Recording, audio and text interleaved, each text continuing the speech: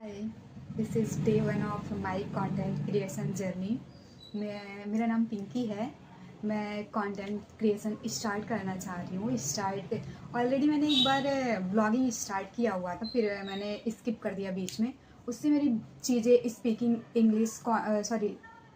Speaking skill, communication and confidence सब बढ़ रहा था। इवन एडिटिंग भी मेरी इम्प्रूव हो रही थी। मुझे एडिटिंग में अच्छा ये ऐसे होता है वैसे होता है करके पता चल रहा था। तो अभी मैं 30 days continue shorts video YouTube पे पोस्ट करूँगी एंड इवन इंस्टाग्राम बोथ, और फेसबुक पे भी मैं पोस्ट करूँगी। और मैं इसको कंटिन्यू करूँगी। इस बार 30 डेज़ का चैलेंज ले रही हूँ, कंटिन्यू पोस्ट करूँगी। आप सब सपोर्ट करिएगा।